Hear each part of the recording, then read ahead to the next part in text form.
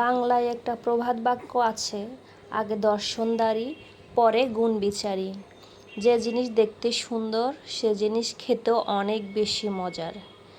সেদিন এই ঝরঝরে কালারফুল পোলাওগুলা বানিয়েছিলাম, খেতে অনেক মজা ছিল, যেটা আমার পরিবারের ছোট বড় সবাই খুবই পছন্দ করেছে।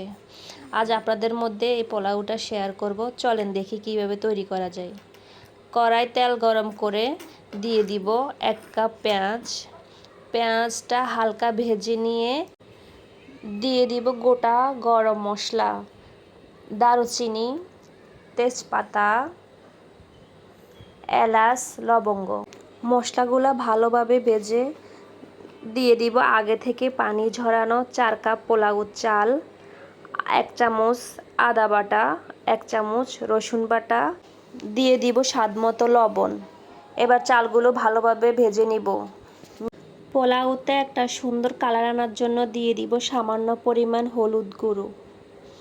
এবার ভালোভাবে নেড়েচেড়ে চালটাকে ভেজে নিব। চালটা ভালোভাবে ভাজা হয়ে গেলে চালের মধ্যে দিয়ে দিব আগে থেকে ফুটানো 8 কাপ গরম পানি। তবে এখানে একটা কথা আছে, যদি আপনার চুলায় গ্যাসের পরিমাণ কম থাকে তাহলে 8 কাপের চাইতে পানি একটু কমাই দিতে পারেন, যাতে করে আপনার পোলাওটা নরম না হয়ে ঝরঝরা হবে। এ পর্যায়ে চাল আর পানি সমান হয়ে গেলে ঢেকে রান্না করব 10 মিনিট। তবে চুলার জাল থাকবে একেবারে মিডিয়াম টু লো হিটে। পোলাওটাকে আরেকটু হেলদি করার জন্য আমি কিছু সবজি অ্যাড করছি।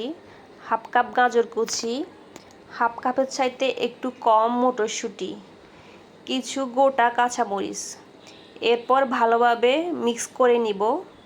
পোলাওটা মিক্স হয়ে গেলে 10 মিনিট ঢেকে দমে দিব। আর ঢাকনার মুখের ছিদ্রটা একটা কাঁচামরিচ দিয়ে বন্ধ করে দিব, যাতে করে ভিতর থেকে কোনো বাতাস বের হতে না পারে। ফিরে এলাম 10 মিনিট পর। এবার দিয়ে দিব 2 টেবিল চামচ ঘি।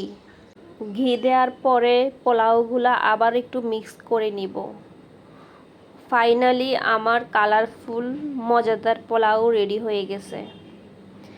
আপনারা চাইলে এই পোলাও গরুর মাংস, মুরগির মাংস এবং ডিম ভুনার সাথে পরিবেশন করতে পারেন। দেখেন পোলাওটা কতটা ঝরঝরে হয়েছে, আর ঠান্ডা হলে আরও বেশি ঝরঝরে হয়ে যাবে। আমি গরম গরম পরিবেশন করছি, এতেই কত ঝরঝরে মনে হচ্ছে। আমার ভিডিওটা যদি ভালো লাগে তাহলে একটা লাইক, কমেন্ট এবং সাবস্ক্রাইব করবেন। আসসালামু আলাইকুম। Thank you so much.